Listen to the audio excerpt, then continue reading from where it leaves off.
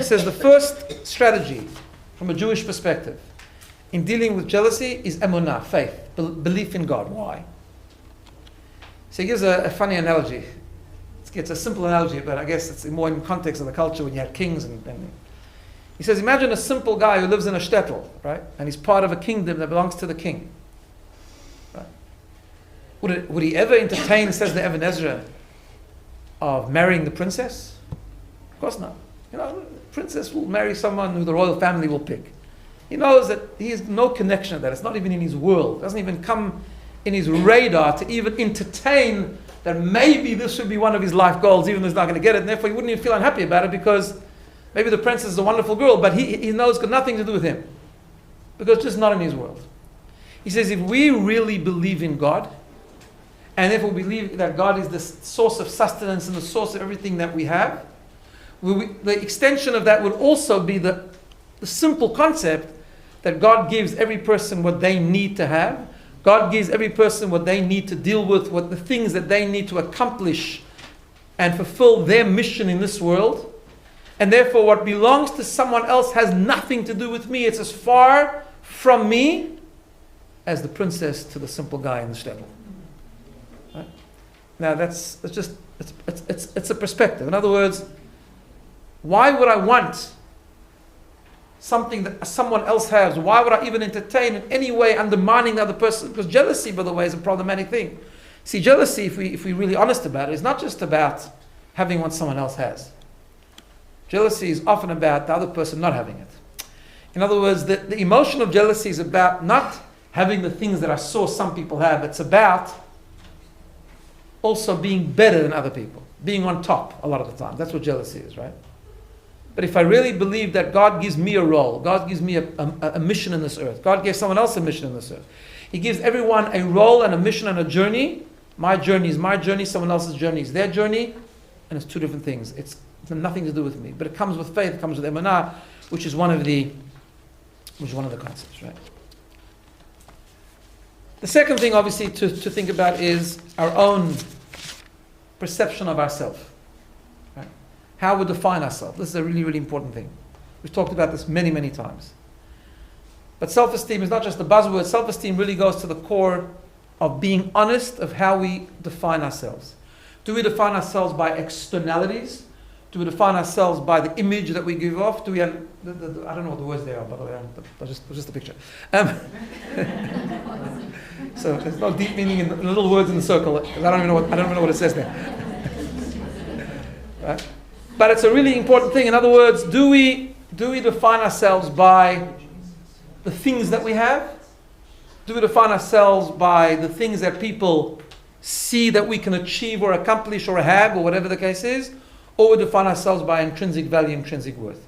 Jealousy normally comes because we are insecure about our own being. Jealousy normally comes because we define ourselves by what other people perceive. We've talked about this so often. We define ourselves by the perception that we give to other people. We define ourselves by the way people perceive us, and not by the intrinsic value, but by the soul, by the foundation, by the spark, as we spoke about last time.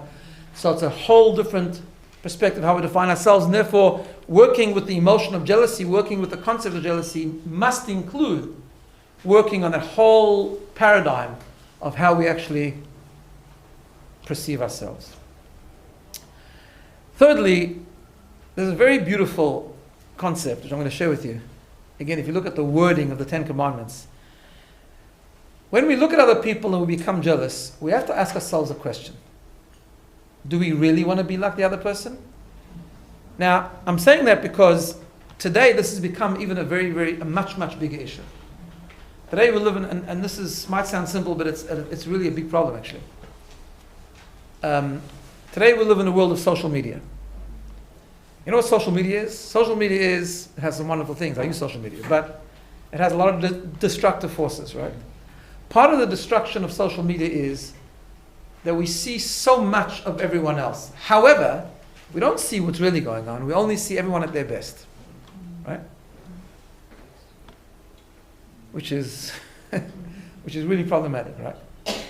It doesn't do well for perceptions that we have, for expectations that we have, for aspirations that we have, and for the whole concept of jealousy. Every time you see someone on Facebook, they're always tremendously happy. They're amazing. They've had an amazing trip. They've had an amazing relationship. Everything's amazing, amazing meal. I didn't know there were so many good cooks in the world. It's incredible. Right? Finally someone made a really delicious gourmet meal that actually looks like a restaurant. It's on Facebook. And now you think, I wish I could do it. Or someone accomplished something that took them 10 years to do. Suddenly it's on Facebook. Wow, they're so talented. I wish I could be like that, right? And why are they able to do that? Why am I not? By the way, it's not always conscious. A lot of this is subconscious, but it's very real, right? There's a very interesting nuance, which I'm going to show you. In those 10 commandments, right, where it says, do not covet, it says, do not covet the house, the wife, the marriage, the servant, the slave, whatever, a bunch of things, the animals, the possessions.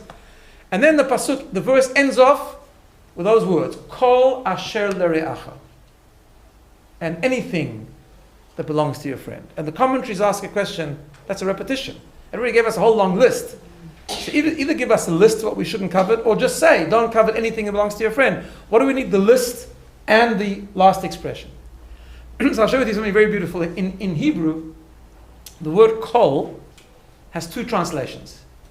It can mean anything, or it can mean everything. Right? Like we have the song Kol Ha'olam Kulo, which means the whole world, right? So the Torah says like this: don't be jealous, don't covet, don't crave that which belongs to someone else. That which is the possessions of someone else, which is the achievements of someone else. Because remember that everyone is different, and remember that if you want to be like the other person, do you want to be kol asher l're'acha? Do you want to be completely like the other person? Do you want to have the other person's challenges and weaknesses and peklach, as they call it in Yiddish? Right? There isn't a person that doesn't have a downside. Whether it's their own personality challenges, whether it's their own external challenges, relationship challenges, spiritual challenges, emotional challenges, whatever the case is. Everyone's got something. So everyone has blessings and everyone has challenges. Yes, God gives us sometimes tremendous challenges which you have to deal with. But at the end of the day, if you're looking at someone else, you're only looking at their Facebook page. That's the problem. And that's sometimes bringing those feelings of jealousy, those feelings, I wish I could do that, or why they're able to do that, and I wasn't able to do that, and all the conscious and subconscious feelings that people have. Says the Torah, don't look at the Facebook page. You want to be like the other person? It's kol asher l're'acha. You don't know what's going on with them. You don't know what they really like. You don't know what their family is really. Count your blessings. Get up every morning and say Modeh Ani and focus inwards. Don't focus on the other person, because if you focus on the person, you're going to want to be kol asher l're'acha. You want to be like the whole person, maybe you won't want it. But maybe if you realize kol asher l're'acha, you say, keep the good and the bad. I'd rather be who I am. Right? And therefore, connected to that, of course, is dealing with jealousy comes by a focus on gratitude. By a focus of getting up in the morning or going to sleep at night and reflecting on the blessings of our day. Coming at the end of every day and sitting down and going to sleep and saying, what happened good today? What happened that was meaningful today? What did I accomplish that was purposeful today? What value did I give today? Focus on that. Yes, there's other things that are problematic and that we need and we want and so on and so forth. But focus on the good, because if you're just looking at other people and focusing on what you don't have, remember there's kol asher l're'acha. It's not that simple. There's a whole person there. Finally, as another strategy, before we get to the positive expression, there's a very interesting Talmudic saying. And that is, and I'll show you why I put that picture there of giving in a second. Talmudic said is that jealousy, bakol adam mitkaneh, a person is jealous of every single person except for his or her student or child. That's what the Talmud says. The nature of a person is that we're jealous of everyone and their accomplishments, their achievements, except for our own children and our own students. What is meant by that? So children is easy. Let's say children, for example, right? Children, we're only too happy. It's because why? Because when children do things, even when children do things that are far better than we've done, that's part of our nachas, right? It's part of our enjoyment. It's part of our pleasure. Why? Because we don't view them as competition. We view our children as an extension of ourselves, in most cases, right? I mean, not that there hasn't been problems between parents and children, but But as a general rule, when we invest in our own children, then they end up having things or accomplishing things that we don't have. We're just too happy. Why? Because it's a part of who we are. It's an extension of us. Therefore, the Talmud says the same applies to students. And I think what the Talmud means by students is it applies to anyone that we invest in. When you invest in someone, when you give to someone, when you connect to someone, when you build a strong relationship with someone, and you invest and you love them and you show love, and love is an expansion of yourself really. What you're doing is you're putting part of yourself into them, then you learn to be happy for them, because really it's being happy for yourself as well. So in Yiddish, and I think in Hebrew it's a similar word, but I don't know how to translate this in English, but there's an amazing word in Yiddish which is the antidote to jealousy. It's learning how to fargin. In Hebrew it's lefargen, I think. I think they took it from Yiddish, in modern Hebrew. Right? It's a Hebrew word in Hebrew, yeah. Right? I don't know how you translate, because some of these words are very hard to translate, but what it really means is the ability to build a happiness for someone else's success. It has to do with our own insecurity. It's all connected, these strategies, of course, right? But that's the most beautiful thing, to actually be happy when someone accomplishes something. To be happy when someone does something that even you weren't able to do, or has something that you weren't able to have, whatever the case is. What does it come from? How do we get there? One of the ways is to build a strong relationship, to invest in that person, to give to that person, to love that person, so they become like your child, like your student, and therefore you're not jealous of them.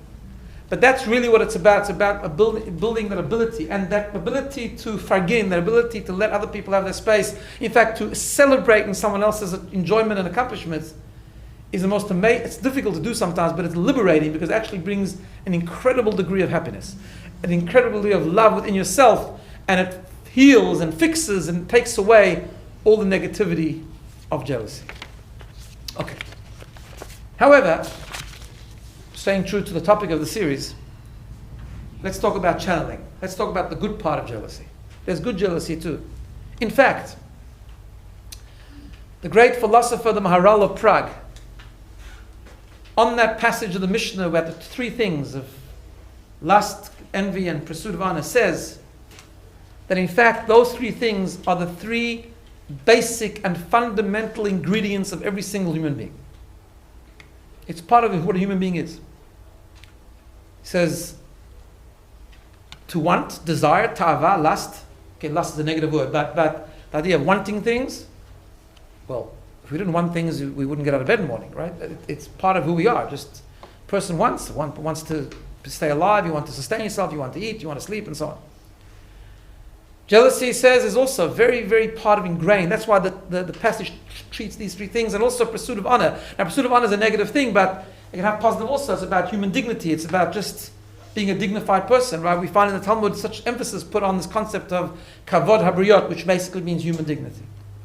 So he says, therefore, because it's these three things are really fundamental to human experience, and therefore what we have to do is we have to actually find the positive in them.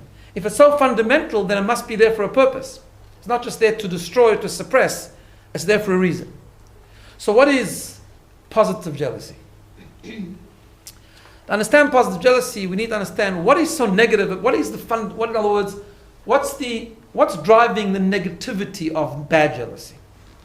So there's three things that cause jealousy to be so bad. First of all, jealousy normally is about externalities and physical material pleasure. Right? It's about material pursuit. It's about hedonism, really. It's about being jealous of what other people have accomplished, have, and so on and so forth, right? Number one. Number two, as we said before, it's about ego. In other words, the ego is the fragility of self. That's how I perceive. So if I don't have what other people have, therefore I'm worried about what that looks like. What I'm, in other words, therefore, which leads to jealousy being not only about wanting what other people have, but it's about wanting to be better than them, wanting to be one up on them, wanting them not to have. I'm sure I told you this story many times, but there was the famous little story in the shtetl about two people that came to a din Torah, that came to a litigation, to a rabbi. And the rabbi's students was observing what was going on, and they were arguing over a relatively very small sum of money. And the rabbi heard both sides, and he had a din Torah, a beth din sitting, so to speak, and he ruled in favor of one of them, right? He ruled in favor of A over B. And B threw a tantrum. Started screaming at the rabbi, what kind of rabbi are you anyways? Who qualified you? Where did you learn? Who says we didn't want you in this community? You know the whole business, right? And it was like terrible. So the student's observing to it, and he lets this all happen, and then he sees this guy storm out. He runs after him and he says, Sir, Rabbi, I need to ask you a question. He says, yeah, what's wrong? What's the problem? He says, it's interesting. I remember a couple of months ago that you also came to the rabbi, but it was a different question. You didn't come to litigate with someone else. You came to the rabbi because, in the old shtetl, it was a thing that people were poor. They didn't have a lot of food and stuff. They used to eat meat sometimes once a week or chicken. And the way it used to work is if, you saved up enough money to buy a chicken for Shabbos, you would actually physically take the chicken to the shaychet. That's how it wasn't butchers in those days. You used to take it to the... And then they would take it home and you'd open it. And sometimes when the people would open the chicken and have to kasher it, they'd find a halachic question, a deformity, a miscoloring, all these things are halachic questions. And it was very common. Nowadays, people don't even know what this is because the butcher does it all. But you would have to take the chicken to a rabbi to ask a shayla. And sometimes it was a very serious thing. The rabbis would think a lot about it because if you invalidated the chicken, this could be a week's earnings for the person and they wouldn't have food for Shabbos. And he says, I remember a couple of months ago, you brought a chicken to the rabbi with a shayla, with a question, halachic question, and the rabbi sadly had to tell you that the chicken wasn't kosher. And you were sad, you accepted it, you walked out, you went home. So I want to ask you why a few months ago you accepted the authority of the rabbi and it was all fine. It was a big hit to your pocket, but you were okay with it. You missed out chicken for that Shabbos, but you didn't throw a tantrum. And today, for money which is actually less than the value of a chicken, you went berserk. He says, what don't you understand? He says, I'm willing to accept the imposition on me a few months ago when the rabbi said this chicken is not kosher. But today it's not about me losing the money, it's about that guy winning. That's why I threw a tantrum. Right? And that's what jealousy. Jealousy often has to do with the insecurity that we have of ourselves, and therefore it's not being able to fragin the other person. That's what jealousy is. And finally, jealousy often is so destructive because there's no hit kalalut, there's no boundaries, there's no balance. And often jealousy just gets out of control and we don't rest until we get what we want or until we undermine the other person and so on. Why do I say that? Because those three things have to not be there and then we're going to have good jealousy. So let me tell you what good jealousy looks like. So I'll tell you in this context because it's actually happening this coming Sunday. This coming Sunday there's a minor Jewish festival called Pesach Sheni. The second Pesach. What's the second Pesach? Don't get scared, it's not another Pesach that you have to... I know we just had the first Pesach, So let's go Pesach Sheni. So it goes back to the following story. When the Jews came out of Egypt, in fact, before they left Egypt, you remember that one of the things that they did was that they offered up a sacrifice called the Paschal Lamb, Korban Pesach. In Egypt, they put the blood on the doorpost, and that was a sign for God to know which is Jewish houses and so on. But after that, every single year, in the temple, they were supposed to bring a Paschal Lamb, and it was considered one of the big mitzvot of Pesach. We don't do it today because we don't have a temple. Today, on our Seder plate, we have the shank bone to remember it, but that was the Korban Pesach. Okay. The first year after the Jews came out of Egypt, they built a tabernacle, they built a Mishkan, they had an altar. First Pesach, they're going to do this beautiful mitzvah, bringing the Paschal Lamb, remembering, re-experiencing the story of Pesach. It wasn't just the physical lamb they were bringing, it was also the whole experience they went with it, and the observance, and the spirituality, and so on and so forth. One of the laws of bringing Korban Pesach was that you're allowed to, you're not allowed to be impure. So if you came into contact with any sort of halachic impurity, and you had to first get pure, mikveh, or whatever the process was, and only then you could be part of the Korban Pesach. So the Torah tells us a story that there were a group of men who were impure. They had come into contact with, I think it was Joseph's bones, and didn't have time to become pure. And Pesach came, and they couldn't be part of the Korban Pesach. So they came to Moshe Rabbeinu, they came to Moses. And they said the following words, the famous words. They said, we've got a problem. We can't participate in the Korban Pesach. Lama nigara. Why should we be left out? Why should we be left out of this experience? We also want to bring the Korban Pesach. God said, hold on a second. Moses said, hold on a second, I'm going to have to consult. Apparently Moses had a direct line. He davened a little bit. God revealed himself to him. That's what the Torah tells us. And God said, they're right. And there's a new mitzvah. And the mitzvah goes like this. It's known as the mitzvah of a second chance. That if there's any time there's people who for whatever reason could not participate when there's a temple in Korban Pesach and the Paschal Lamb, either because they didn't manage to get to Jerusalem on time or they were impure, There's a second chance a month later. Korban Pesach is the 14th of Nisan, the 14th of Iyar, the month later, which is the Sunday. They can have a second chance to bring the Korban Pesach, right? Today, by the way, the only significance of Pesach Sheni is there's a minhag, a custom. It's not an obligation, you don't have to worry. But there's a custom that some people have this coming Sunday to eat some matzah. Okay, if you're really still recovering from the matzah of Pesach, it's not serious if you don't. But otherwise, there's a minhag to eat matzah. Okay. What's the idea? The idea is that they were jealous. They said, why should everyone else have the opportunity and we not? But it was good jealousy. Why is it good jealousy? Because a few things happened, right? And this is where good jealousy is so important. Good jealousy means that it's not jealousness, it's modeling. In other words, God put us into a world where we see each other, we learn from each other, and we observe examples of experiences, of behavior, of personalities, of spirituality, and so on and so forth. To want to be like someone else is not a bad thing, depending on what it is. In other words, number one, if it's value-based and not materially based, not pleasure-based, it's good jealousy. So if I see someone kind and I want to be kind too, that's fantastic. The aspiration not to be who I am, but to continuously grow. And part of that growth is to be jealous of other people who are able to accomplish great personality growth and I haven't done that yet. That's a great thing. That is good jealousy. The Talmud says, Kinat sofrim tarbeh chokhmah, which means the jealousy among scholars increases wisdom. Right? We had this always, when we were learned in yeshiva, we all had to be right. So we all had to prove our point in the learning the Talmud and the analysis. What did that bring to? Greater depth, greater learning, greater information, more learning, more information. Right? So the people in the desert who came to Moshe Rabbeinu and said, why should we lose out? Why should everyone else have the opportunity and not us? It was about spiritual pursuit. It was about a mitzvah. And some of the commentators asked the question, it's quite an interesting thing. Any person today who observes Pesach would know that Erev Pesach, the day before Pesach, is the busiest day of the year. Right? We need noch a Korban Pesach on our head also?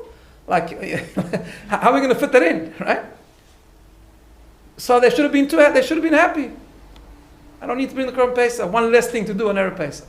But they weren't. Why? Because growth means that we're not worried about hard work. Growth means that we're willing to take on something else. We're willing to grow. If it's value-based, willing to become a better person, willing to become more spiritual. We're looking for opportunities to nurture our soul, to nurture our personality, to become better people. It's a value-based growth, and therefore it's a value-based jealousy, and that type of jealousy is really important. I'll tell you a good little story I heard when I was a young student in yeshiva. Again, you have to understand the context of these stories, right? So it's a story in Europe, in the shtetls, where marriages often worked in the following way. If someone was wealthy and was looking for a really good shidduch for his daughter, they would go and handpick, they would go to, one of the incentives was, if he went to a yeshiva and he was looking, his daughter wanted a really Torah scholar, for example, they would go to the famous yeshivot and they would say to the faculty, give me a really good boy, right? And then I pledge to support them. He can continue learning for a number of years after marriage and I'll support them. That was like, one of the things he used to do. Okay. This big wealthy guy arrives at a yeshiva. This guy happens to be wealthy and is also a Torah scholar himself. So he comes up to the Rosh Hashiva and he says the following. He says, I'm looking for a really good mensch for my daughter, but he's got to be a serious Torah scholar. So what I'd like to do is like this. I know a lot of people are going to be interested. I know who I am, and I know people are going to be interested. So anyone who's interested, they should come and talk to me. The first thing I'm going to do is, before I even introduce him to my daughter, is I'm going to ask them a very complex question in the Talmud. And whoever can come up with the answer, I'll entertain the possibility of maybe them becoming my future son-in-law. That's where the story goes. So I forgot which yeshiva it was. It was a true story, actually. It wasn't just an analogy. Anyway, so there was a long line, and he asked this complex question, and it was such a good question that no one got the answer. So he comes to the Rosh Hashiva, the head of the faculty, and he says, I'm really sorry. Your yeshiva is supposed to be a very good yeshiva, but they don't pass. No one got the answer, so I'm leaving. Goes outside, he's got his horse and cart and wagon, his chauffeur waiting for him there, jumps on the wagon, and he's going. Suddenly he hears screaming at the back. And there's one of the students of the yeshiva running after, and he says, stop, I need to talk to you. So he stops and he says, I wonder, maybe you got the answer. He says, what, you got the answer? You found the answer? He says, no, I can't figure it out. The question is brilliant. And I know I'm not going to get your daughter, it's fine, but I actually want to know the answer. Could you tell me the answer? He says, you, the guy I'm looking for. Because I wasn't looking for the guy that knows the answer. I'm looking for the guy that wants to grow. That's what I'm looking for, right? He says, come, let's talk. I don't know if it happened or not, but I mean, I don't know if marriage isn't happening or not, because there's a few other things to take care of, but, right? But that's what it is. That's the willingness to grow, the desire to grow, the desire to find out knowledge, to learn from other people, which comes with modeling after other people. It comes with a little bit of jealousy. I wish I could be like that person. Right? I wish I could emulate that person's ways. That's good jealousy.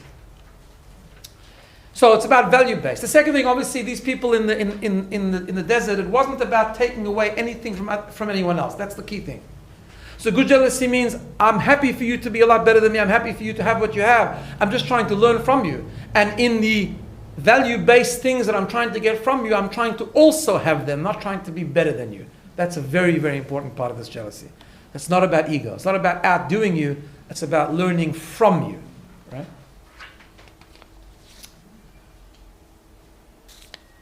Thirdly, it's also about knowing when you can and when you can't. So I'll just end with one final idea. There's a famous story in the Chumash called Korach. Korach came and made a rebellion against Moses. And part of his rebellion, I'm going to make it short, part of the rebellion was that he was a Levi.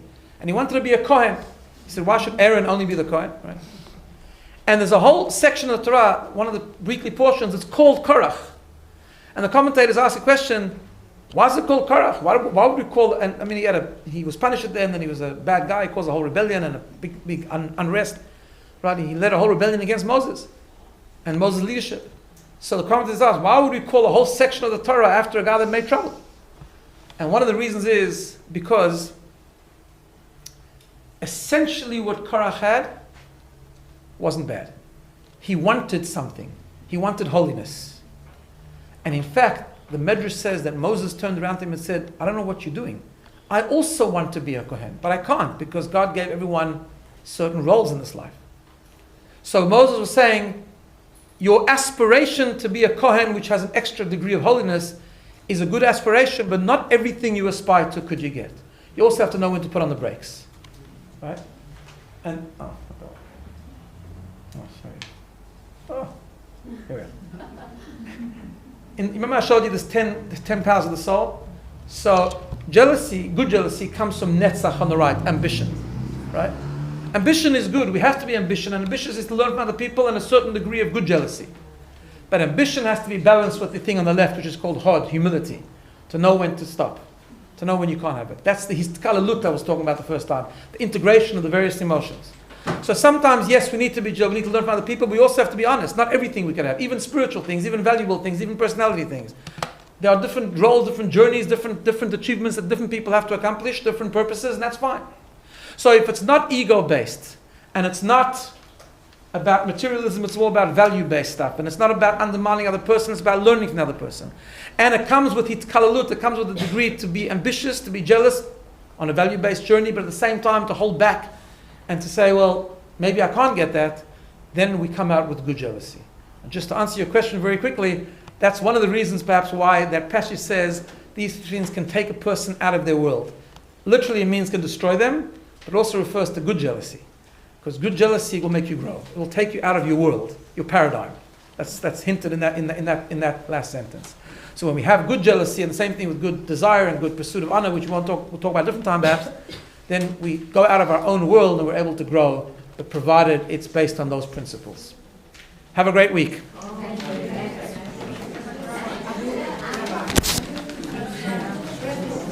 Oh, sorry, just a quick announcement. As I said last week,